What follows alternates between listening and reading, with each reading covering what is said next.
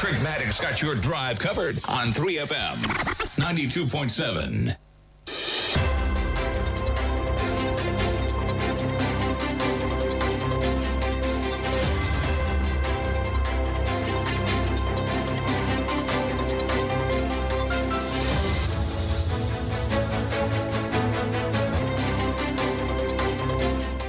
Hello, good evening and welcome to Hot Edition on 3FM 92.7. This bulletin is live from our studio here at Adesawe Kanda in Accra and on our website 3news.com. My name is Martin Asiedu Date. Coming up this evening, National Security Coordinator sounds warning bells over the continued operations of vigilante groups christened as internal party security groups. Tonight on Hot Edition, we are asking, has the anti-vigilantism law failed Ghanaians? We'll dive into details of this in a moment.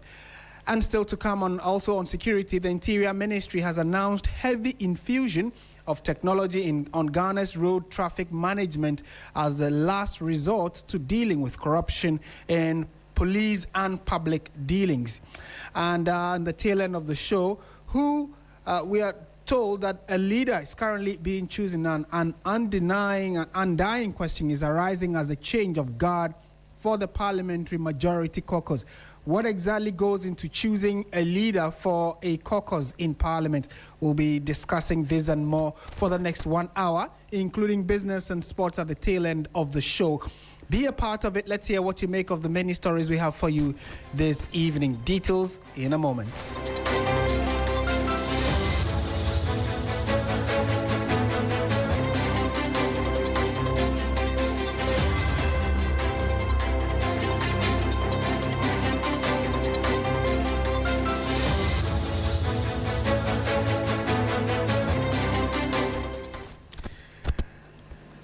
We're starting from issues regarding security, and the National Security Secretariat has raised concerns over the early recruitment and mobilization of groups that could be used for political violence ahead of Ghana's 2028 general elections. Vigilante groups are now turning to sophisticated ways to mobilize and move undercover. National Security Coordinator COP Osman Abdul Razak says these groups active via social media and encrypted messaging. Hitherto, he explained that vigilante groups have now been christened as internal security teams, volunteer task forces, and community security initiatives as they mobilize covertly. Now let's listen to him, and then we'll subject some of the key issues raised at that National Security Secretariat meeting, and I will try and break it down further to see whether or not we as a country are making progress in dealing or disbanding vigilantism in the country.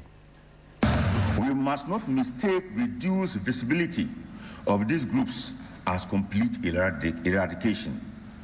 A vigilante group is a vigilante group, regardless of its name, uniform, or publicity. We are very much aware that some groups are rebranding as internal security teams, volunteer task forces, or community security initiatives. Others have dissolved into looser and less visible networks that are more complex to track. But if our ability to track people on social media is anything to go by, a word to a wise is enough. Again, mobilization has moved online on social media, encrypted chats, local disputes, private security arrangements, or other informal channels. And so you heard the voice of COP Osman Abdul Razak, who is the National Security Coordinator. And at the same event, in chaos, and that's what all these security individuals have been advising against. So let's see if we can get a clearer audio of Colonel Festus Abuaji on this. Right, so we'll try and bring that to you subsequently. But security analyst, this time around, a former Minister for National Security, Francis Poku, described the enactment of the Vigilantism and Related Offences Act 2019, Act 999, as a knee-jerk reaction, arguing that its provision makes the law difficult to enforce. Let's listen to what Francis Poku has also been saying regarding this issue. Right, to try and correct our sounds and get it for you so that you can also get to have a better appreciation of what went on at that National Security Secretariat meeting. My guests have joined me for a quick chat on this. Emmanuel Kuting and Adib Sani are individuals you've heard a number of times on issues of security. Gentlemen, a very good evening to you. Thank you for joining us on 3FM. Good evening. Thank you for having me. Right. Oh, you guys sound very synchronized, as if you had the same text to speak. I'll start with you. That's my brother. Okay, I'll start with you, Mr. Kutin. Oh, unfortunately, we seem to have lost Emmanuel Kutin. Mr. Sani, do we have you? Oh, it's rather. I think you have me. Right. Emmanuel is here. Do you have me? Yeah. Yes. Okay. So, Mr. Kutin, I'll start with you. Thank you for joining us once again.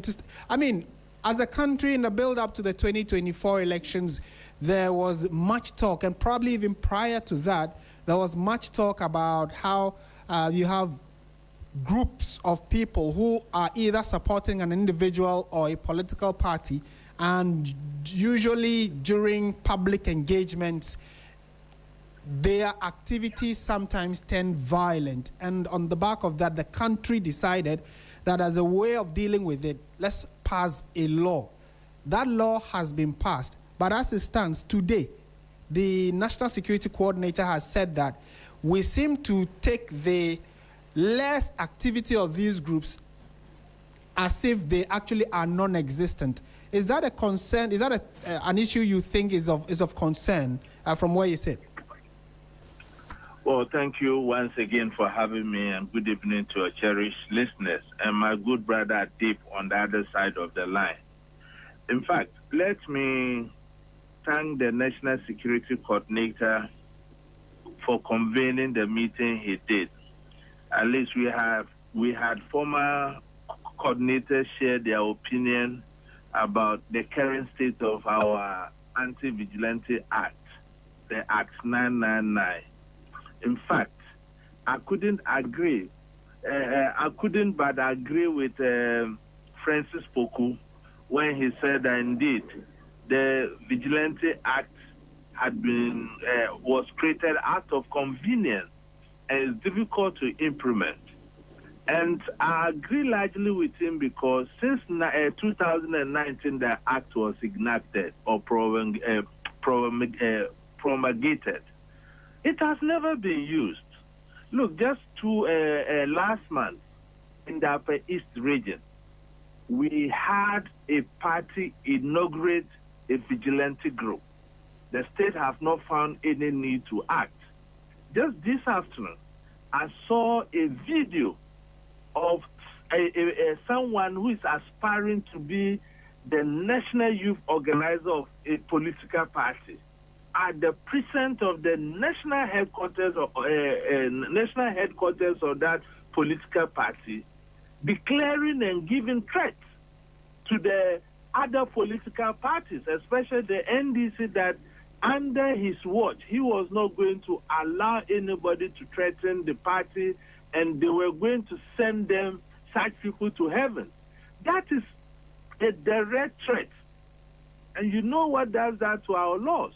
I'm just very surprised that as we talk, this individual had not been picked up. If we don't pick individuals like this, it emboldens others to do same.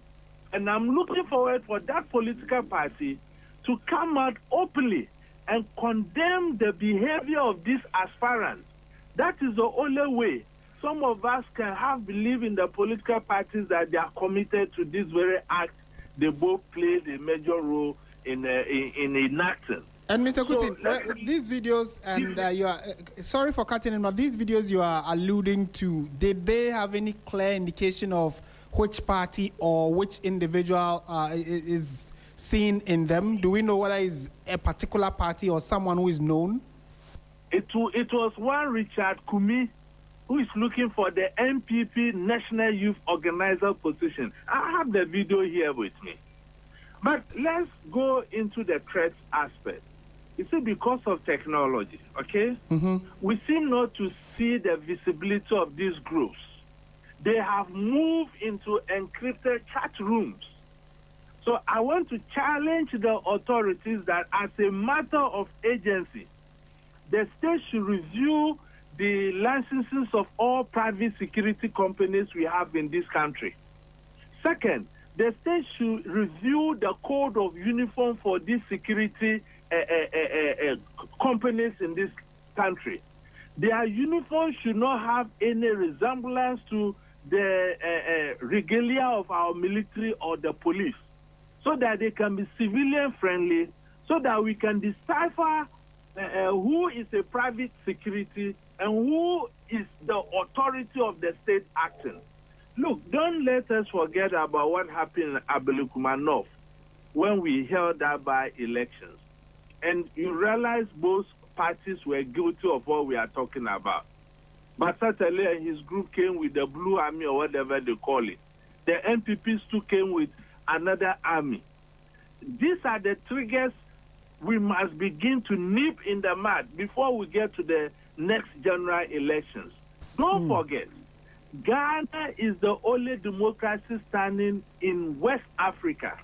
And that enviness is there for us to protect with all our might.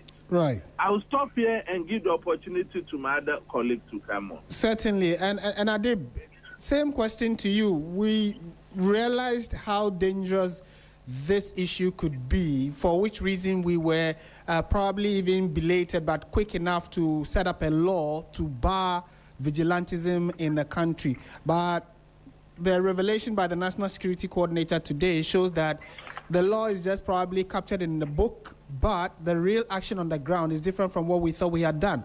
How do you assess this? Well, this is no news.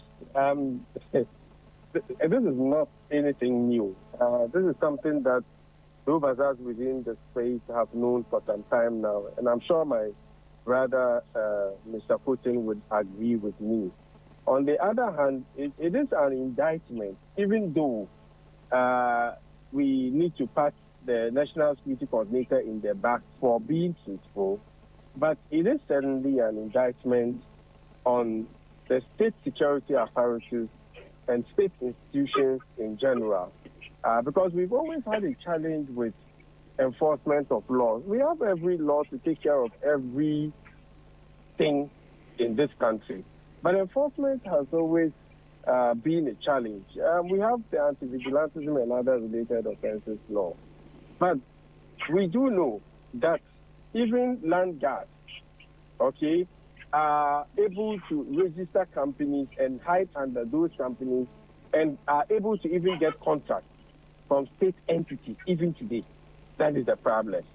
And so, like I indicated, it's not surprising, but certainly something needs to be done.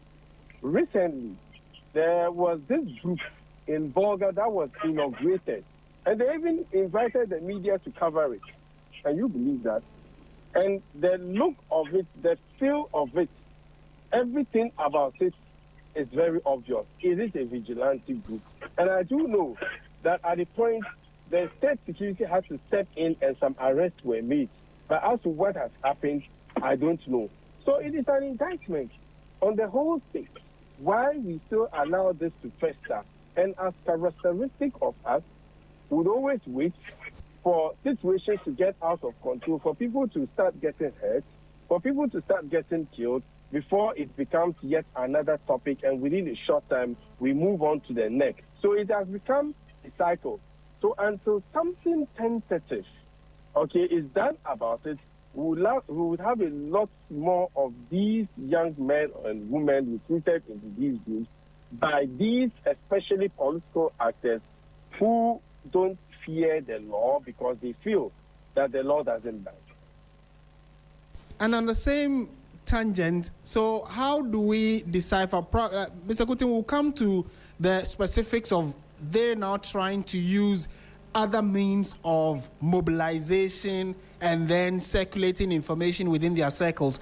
But Adib, how do we differentiate between a legitimate security company or a group of people who want to provide security, and what we are trying to stop with the law, which is the vigilante groups? Well, the security company has to be vetted. It is a long, rigorous process to follow, to be able to register a security company. Even all of those persons involved would have to be vetted, even by the police intelligence, okay? But the unfortunate thing is some might go through the appropriate process, have the appropriate documentation, but in practice do the wrong thing. that has become the order of the day, okay? So they would have the right documents, but the modus of recruitment and the actions in which they are involved in defeats the very purpose for which that security company was put up in the first place. The same can be said of these land guards, okay? So instead of acting in individualistic form like they used to in the past, now they have people legitimately register limited liability companies. Then they hide under those companies to engage in land guard activities. Yes, they call themselves security firms. So if we are able to sanitize the system by ensuring that the process is as rigorous as possible and the right things done and the right documentation done and the right background checks done, we should be able to weed out a lot of these fictitious companies. And the second thing is government should abstain from engaging land guards to protect state lands. Remember the Jato issue under the last administration? For your information, it's not dead. It still happens. Oh, is we that have so? land guards who are all over the place, especially the Adenta, Medina, Oteman area, claiming to have been engaged by state security agencies to protect government lands. And they're all over the place. And you approach some of them and they are able to call state officials to prove a point that yes, indeed, they have been engaged. So let us not make any mistakes about it. The situation is real. It is still with us. And until something tentative is done about it, it ain't going nowhere. Right. And Mr. Kutin, so the conversation has, developed or evolved into what seems to be our blind side. So as a nation, we think there is a law and that we are all looking in a particular direction, but these individuals are now changing their modus operandi. And like you hinted, even the way they communicate among themselves, the way they carry themselves is different from what we had seen in the past. Is the security apparatus in the country reactive, or based on what we are told today, they are ahead of the game and know what is happening, so we really shouldn't be worried? In fact, we must be worried. And I dare say that most of our security agencies are embedded with them. You see, my good brother just hit the nail on at a point when he talked about how we monitor the activities of this. Don't have it. It's an avenue for party boys. And both parties are guilty of this. And we are facing a serious existential threat in our northern frontier because of the challenge of this violent extremist group. How do we even know that these violent extremist groups are not embedded with these people? When you want to win power at all costs, you do everything, especially given the pronouncement Adenta Kumi made. If this violent extremist group should approach somebody like Adenta Kumi, who tells you that he will not be embedded with it? And he'll be jeopardizing the security of all of us as a country. So the point I want to make clearly and forcefully is that we are sleeping blind. And I dare the National Security Award, National Security Architecture to wake up and make sure that we do the right things irrespective of political colonization and keep this country safe. Because the tangent we are going is not right for us. Look at Kalam say, we don't know the people who are mining illegally in our forests.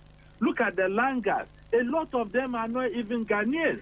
They are these Nigerians, Malians, and those kind of things. And like my brother pointed out, even state security engages them to protect government lands. Who does that? And now we have the political parties playing the ostriches depending on which side of the debate it goes. We can't continue to just play with our security in that manner. Okay. And I think that the time to act is now, and the National Security Coordinator couldn't have made the call at a better time. I personally think the time to act is actually past, and probably we need more action like you are indicating. And I'll go to another subject and pick your thoughts on it briefly. But on this issue of vigilantism, we have about 2 years to our next major elections. From what the National Security Coordinator said, they are trying to be proactive so that these things don't catch us off guard. What, in maybe one or two solutions from each of you, what would the best approach be now that we are aware that just passing the law does not solve the problem? I'll start with you, Mr. Sani. Well, I think the question the National Security Coordinator should have been asked is, yes, knowing the issue, what is the South Street doing about it? What exactly? Do we have a plan? Do we have a strategy? Has it been motioned? How do we practicalize that strategy? I think that is important. So I need the National Security Coordinator and his outfit to wake up. They need to wake up from their slumbers and work in a much more proactive manner, because I know this is very important to the president. That is why in recent days there were even changes within that agency. So I would wish to see the state security agencies doing much more they are doing presently. We can weed them out also through proper intelligence gathering, because if we are able to know who are the brains, who are the financiers behind these groups, and we stop them on their track, we should be able to deny the groups their finances and their resources that they need to keep afloat. And I think that is extremely important. Then the last thing is to ensure that the law works.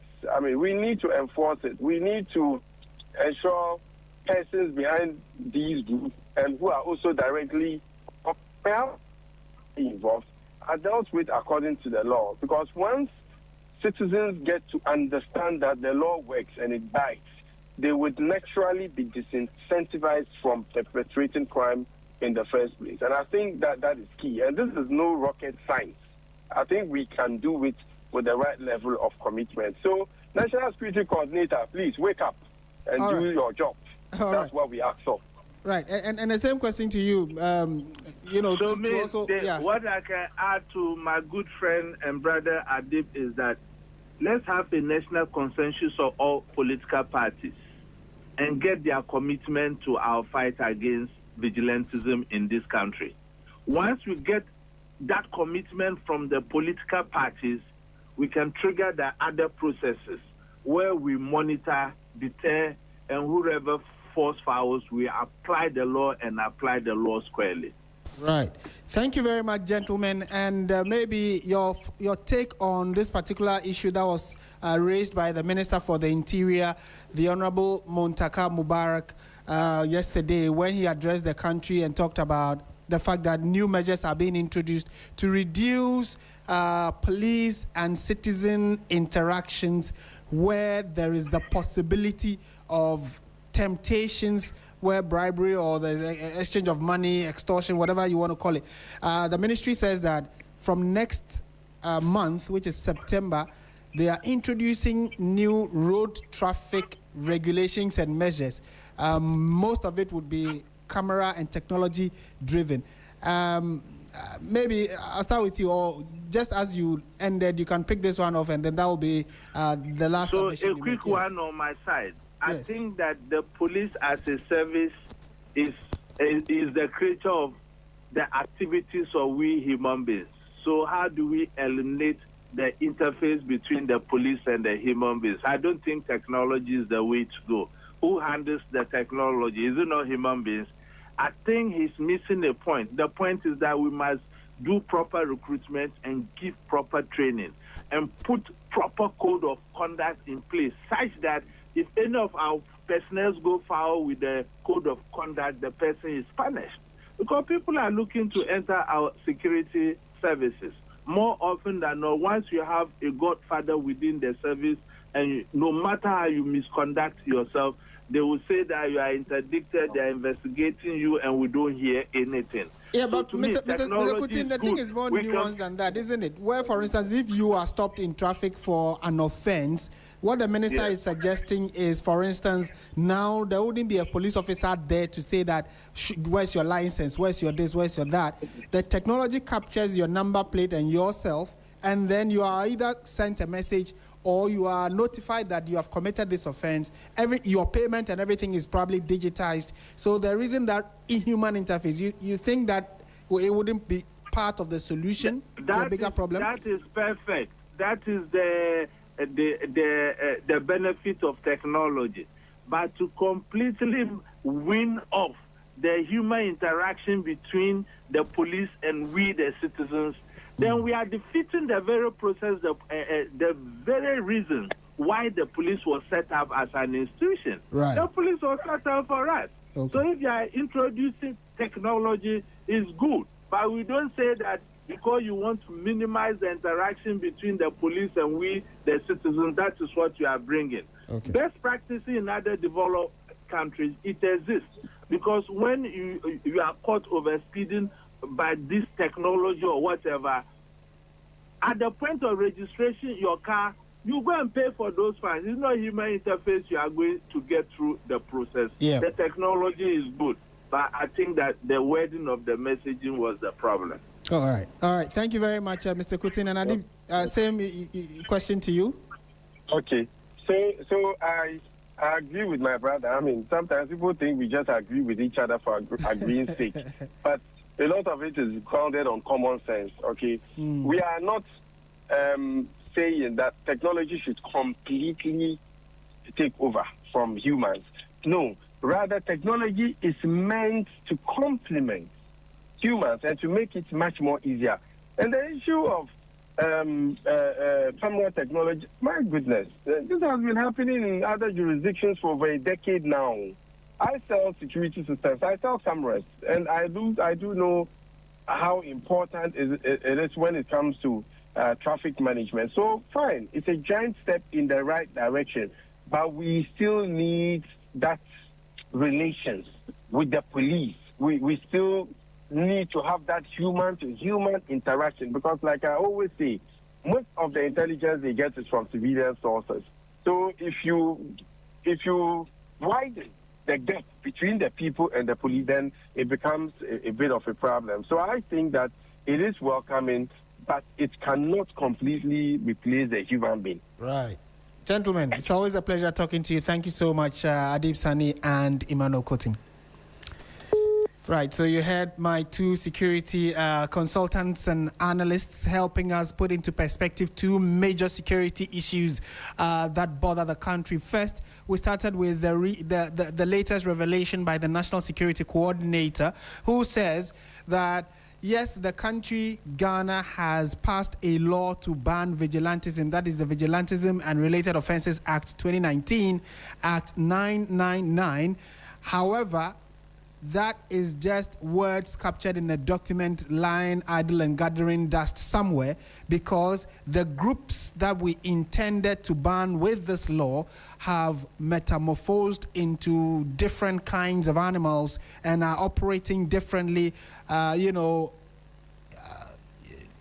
from the blind side or on the blind side of the community or the society. So he is suggesting that the security apparatus of the country gets a bit more proactive in getting to the bottom of this and truly disbanding them. And, some people will quickly point fingers to the political parties, especially the two leading ones, the NDC and the NPP, for empowering these groups or persons who form these kinds of groupings because they rely on them to foment trouble or give them protection, especially in the build-up to the elections, the rallies, and then on the main day of elections, you find these groups acting in various capacities. But as the security individuals have advised, the National Security Coordinator and there are other state agencies that deal with security must take action, step up to the plate and ensure that the safety of the country and its citizens is paramount, especially with some months to the next major election that will be in 2028. What do you make of this particular issue? Your thoughts are also very welcome because you are in the country. You probably know someone who is part of some of these groups or you are part of them yourself. Why do you want to be why are you a part of this group? Is it that you have been enticed to it or you believe that it is for a justified cause? Send us a thought, send us a message on social media. We'll just look for 3FM 92.7 on Facebook and on YouTube. We are streaming this bulletin there. You can send your messages to us. We'll be happy to share it with the rest of the world. Right, so the latter issue they touched on has to do with the revamping of our security when it comes to roads. And the Interior Minister says the Ghana Police Service, the MTTD for that matter, will up its game and ensure that as a country we reduce our interaction with the police where bribery and the possibility of enticement could come up, so that then you do not have to be forced to pay bribe or anything to the police, especially when you know that you've committed an offense and you've been arrested. And they are changing the way the policing is done in 2026 and beyond. So for that matter, they are introducing high-level technology, especially on our roads, so that that particular canker can be dealt with. Let's bring you a report that captures what the concerns are and what the minister has said regarding how they intend to deal with it. Motorists in Ghana could soon have fewer face-to-face encounters with police officers on the roads as the government moves to digitize traffic enforcement from September. The Interior Minister Muntaka Mohammed Mubarak says the cameras will be used to detect more than 47 road traffic offences, replacing routine manual checks by personnel of the Motor Traffic and Transport Department. The traffic check, how it works is that traffic offences are captured on devices. So you cross a red line, you then receive a text message. You cross a red line at Sawam traffic, and at this time, and this is you, show you the evidence, and then show you what to do, how to pay the offense. If you fail to then pay, then now we'll go after you. The system will deploy facial recognition cameras, mobile and in-vehicle cameras, handheld devices, and radar systems to capture suspected violations. Director in charge of research and training at the Police Motor Traffic and Transport Department, MTTD headquarters, ACP Alexander Obeng says, contrary to popular assumption, the cameras will not take away the duties of police officers. It's a new system that is coming. And it's good that it came up at this time when we are enhancing public sensitization on it and awareness creation. There are many that will be handling the devices up after training. There are many in situ at roadsides. And that's why the law even requires that when the driver is on the road, he should always remember his or her license number, isn't it? So the police will only require your license number. Just go on your routine, but know that processing will continue. At the Central Control Room, police officers will review the footage and confirm an offence before an electronic notice is sent to the motorist detailing the violation, applicable penalty, and the process to follow. But how effective and feasible can this be? Executive Director at the Bureau of Public Safety, Dr. Nana Yao Akwada, weighs in. It's something that is being done in other jurisdictions. So it's doable. Even in some African countries, it's happening there. So we should be able to do same. If you roll out a system that, look, today, with my number plate, someone is able to identify who I am, is able to identify where I live, probably able to identify my spouse, right?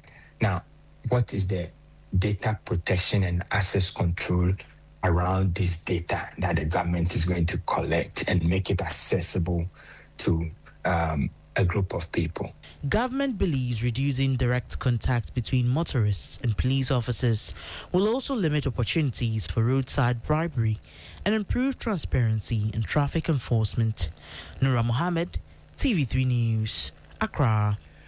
Right, and so that report captures why the Interior Minister intends to get a lot of technology into our policing to make it more modern and reduce the possibility of temptations on either side.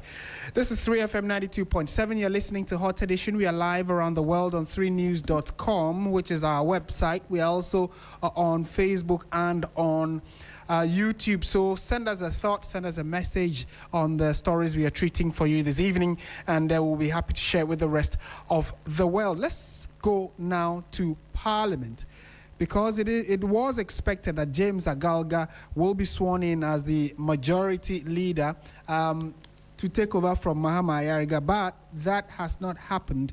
Why is that? Because the Speaker of the House raised a particular issue, and that's what we are delving into now. So, the Speaker of Parliament, Alban Bagbin, says the formal notice to inform Parliament of the nomination of of James Agalga to replace Mahama Ayariga should have come from the office of the NDC's secretary instead of the office of the president. Let's listen to the Speaker, Alban Bagbin, when he raised this particular issue yesterday on the floor of the House. Right, so we'll try and bring you that particular insert by Speaker Bagbin, where he said that the right mode of communication should have come from the party and not the presidency. The Honorable Inus Hussaini has joined us for a quick chat on this. Mr. Hussaini, good evening to you. Thank you for joining us on this issue and more. First of all, you have worked with the Honorable James Agalga, who is expected to lead the majority in Parliament, hopefully from tomorrow, now that the proper communication has been sent to the Speaker. What would your memories of him be when you were with him in Parliament, and your expectation now that he leads the majority side? Well, my knowledge of James Agalga predates his presence in Parliament. Oh, is that so? He's been a fine lawyer. I mean, a young lawyer that caught my attention in the courtrooms and also on the media. Anytime I had opportunity to sit in the media as a panelist together with him, I mean, you could not fail to appreciate his understanding, his depth of understanding of national issues. And so I knew him then, before he got into Parliament. Now, when he got into Parliament, he acquitted himself very, very well. I mean, he caught the attention of the President to appoint him Deputy Minister for the Interior. In that role, he did very, very well. I mean, whether in debates in Parliament, in debates within the Committee on Defense and Interior, and the way he showed leadership in supporting his minister to achieve the goals of the party. I mean, Agalga doesn't shy away from conversation. He speaks his truth, and he can speak truth to you no matter who you are. I mean, I temper it with some respect, but he will state his case forcefully. And I still remember those days when we lost elections and we were the minority in Parliament, in the 7th Parliament, of which I was a part. Anytime there was a contentious matter to debate, and then there was a need to select the debaters from the minority side. If I didn't make it to the list, James Agalga will make it to the list. In some instances, we both made it to that list. And so I have known him. I know his capabilities. So when people started talking about he not being in the mold of a Yerega, and some people challenging his capacity, I said, well, probably that's political talk. But if you know James Agaraga, you'll be left in no doubt that he's best suited for the position. One other concern being raised is that looking at the current architecture of the parliament we have, the kind of minority leader we have, and how forcefully he opposes things of the majority, James Agaga is not cutting that mold to be defensive and, hard talking.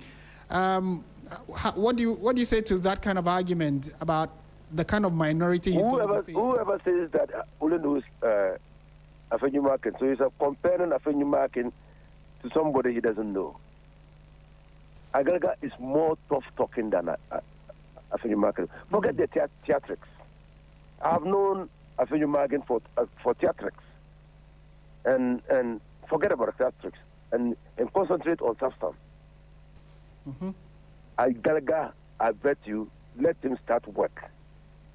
And he's more tough-talking than Afenyu-Markin. Okay.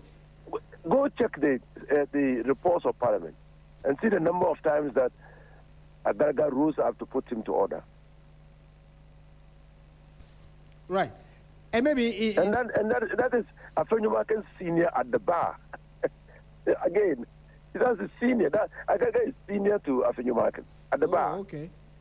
Yes. Right. And so still on that, should it be the expectation of many outsiders like myself who are watching that he will continue in the steps of Mahama Ayariga, or he's coming with a totally new set of leadership skills that the majority needs at this time in Ghana's parliament? No, I've been in parliament long enough to know that every leader comes with his own idiosyncrasies. No leader comes to work in the in the shadows of a predecessor. No leader does that. Mind you, before Haruna, there was, as a minority leader, there was Pakvin. And there was, as majority leader, there was Kumbo. And then there was, as majority leader, Kletu Savoka. All of them worked in their own capacity as leaders, never emulating, never copying, never walking in the shadows of their predecessors. When Atufosun took over from Haruna Idrisu, he did not walk in the shadow of Haruna Idrisu. When Ayerga took over from Atufosun, he did not walk in the shadow of Atufosun. So do I expect Agaraga not to walk in the shadow of Ayerga. But the broad strokes of ensuring that government's agenda is achieved is not in doubt that he will keep and toe that line. But as a leader, he is a leader of government business. So he has to win the confidence of not only government as an executive arm, he has also to win the support of his caucus in Parliament to push government agenda. And I'm sure he's going to balance that carefully and ensure that as leader of government business, he champions the realization of the intentions and aspirations of government for the people of this country. Right. The Honorable Yunus Hussaini, thank you so much for your time as always. You're welcome. And he's a former member of parliament for the Tamale Central constituency. And we still have on this, still on the subject, we do have Sami Obeng, he's executive director, Africa Parliamentary Network. Sami, thank you for your time. We know that it has not been easy, especially, it's clear that we have a large majority and a small minority, but it hasn't been easy going into, the 9th Parliament, which is still as we have it. But as someone who follows parliamentary conversations and discussions, and with the change in leadership, or at least the leader of the majority side, how does this sit with you? And is it going to be business as usual, or we should expect something extraordinary? Well, the newly designated leader of the majority caucus is certainly an experienced legislator, one who understands the ins and outs of Parliament, having led, parliamentary committees over the years. And so, just like Honorable Fuseni just indicated, we expect that he would come on board with his own skills and abilities as leader of government business, leader of the majority in Parliament, and would expect that he would be conscious about doing things differently in the areas that his predecessors, or at least his predecessor in this 9th Parliament, perhaps needed some levels of improvement. One of the things that we have maintained at Parliamentary Network Africa is that this 9th Parliament, from when it started in January of 2025, has been quite notorious for lowering the bar when it comes to public participation in the lawmaking process, when it comes to the extent to which Parliament invites citizens, civil society, and members of the public to make inputs into laws that are before Parliament, because we've seen a lot of fast-tracking of the passage of bills, etc., etc. For me, I think it is also one of the areas that a new leader who wants to reflect transparency, accountability, citizens' participation, openness in the parliamentary work would want to look at, and focus some level of attention to. So we expect that he'll come to write his own name, make his own mark, so far as the leadership roster of Parliament over the years have been. And you alluded to the fact that this current Parliament and probably previous parliaments have had a major challenge, which is whenever there is an issue of public interest, they say they are masters of their own law. So they find ways of either sweeping the issue under the carpet or say they are dealing with it internally. So then we don't get to see an outcome satisfying enough for the public. Is it your expectation that when any of such issues do come up, the current leadership can sustain the pressure and ensure that those who are found culpable are actually dealt with, or we should expect the same old strategy of, letting the issue slip? Well, the majority front bench is made up of 5 members in leadership. Only one is changing. And so one would not be far from right in not expecting too much to change.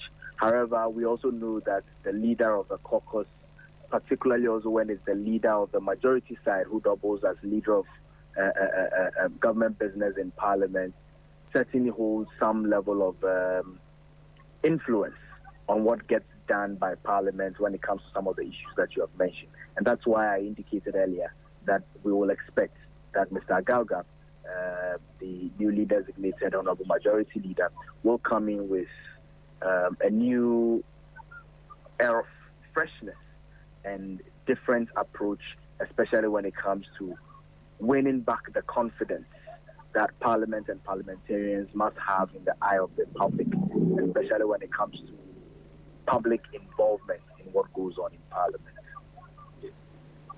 Right, and maybe finally, before you leave, what is your knowledge on the issue the Speaker raised having to do with the fact that the way the issue was communicated to him in terms of the change on the majority front bench was not the right way? It should have come from the party and not the presidency. What's standard practice? You'll recall that in the 8th Parliament, when leadership changed at some point, this controversy came up. Where must the communication come from? Who does the communication, etc.? Parliament at the time did not appear pleased with the way the issues were approached, and so in revising their standing orders, changed a few things in the new standing orders in Parliament. If you look at the new standing orders, they defined the term majority leader to mean a member of Parliament designated by the majority caucus as their leader in the House, which means that the majority caucus must certainly designate someone as their leader to be recognized as majority leader. Of course, the processes through which that designation comes up, the influence that the executive branch and the president will hold, the influence that their party must hold as part of the process, etc., is to be expected. But I think the point the speaker is making is that those influences must be seen in the background and not necessarily being seen as the front line, usurping the responsibility of members of parliament as the ones designating the one who becomes their leader. Of course, if somebody is becoming leader of government business in parliament, the government, it must certainly be interested in who becomes their leader, because remember that in Ghana, a majority leader leads the majority but also runs as the leader of government business. And so government must certainly be interested in who leads their business in parliament. But parliament has over the years shown clearly through the revision of their standing orders that they would rather prefer a process that heavily involves the members of parliament, not one that people sit at party headquarters or people sit at the presidency to just name and dump on members of parliament. And I think Speaker Barbin also, as a protector of parliamentary practice and procedure, as a protector of the sovereignty of the legislative branch, wanted to use this as an example to show that the process that must be followed should be that, yes, even if the political party has met with your caucus members and done that, it must be communicated from the party. The caucus in parliament must confirm that this is something that they have done by way of designation, and then a formal announcement done. It shouldn't just be seen in a press release from the presidency indicating that this is the new person who leads the majority in parliament. Sami, always a pleasure talking to you. Thank you so much for your time. My pleasure always. And that is Sami Obeng, the Executive Director of the Africa Parliamentary Network, sharing a thought on the changes on the front bench, rather just one change actually, on the front bench of the majority side in Parliament, and then also going forward, the expectation of how the communication should have been done to the Speaker of Parliament regarding that change. This is 3FM 92.7. You're listening to Hot Edition. Time now for the latest in the world of sports.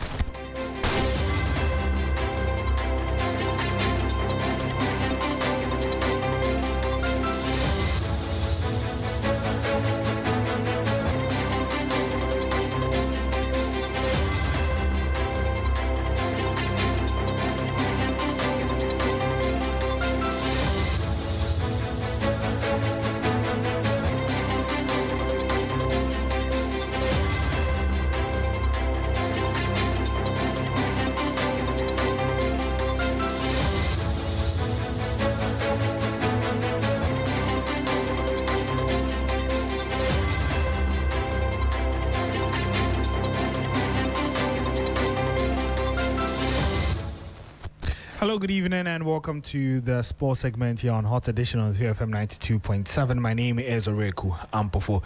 Ghana's Black Princesses have made a strong start to their preparations for the FIFA Under-20 Women's World Cup, thrashing Polish side Sleda Wrocław 4-0 in their friendly international in Poland. Charles Sampson's side produced a dominant second-half performance after Jacqueline Ntoso had given Ghana the lead before the break.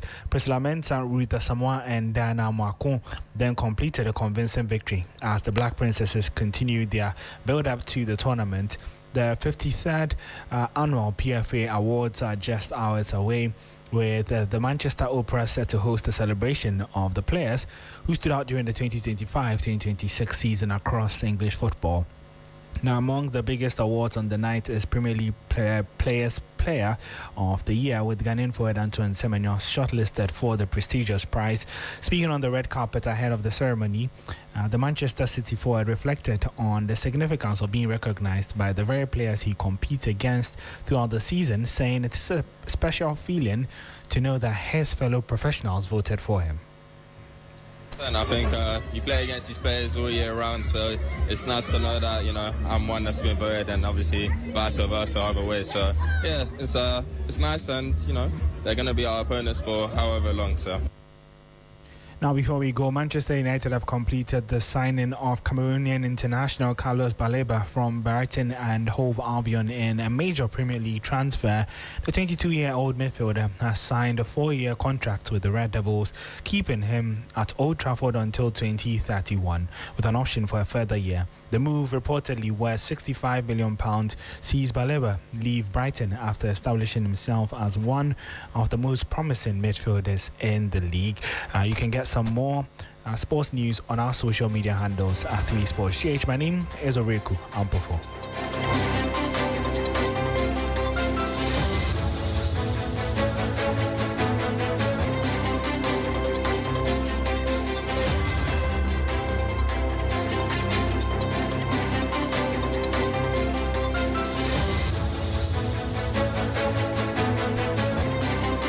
To 3FM 92.7, and this is Hot Edition. And on the note of what's happening in the world of sports, we bring the bulletin to an end. Thank you very much for listening. Go to our website 3news.com.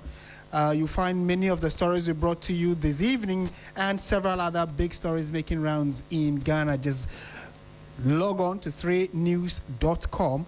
YouTube, Facebook, and we are also very interactive on our various social media platforms. So we are happy to always hear from you on what you make of the stories we have this evening.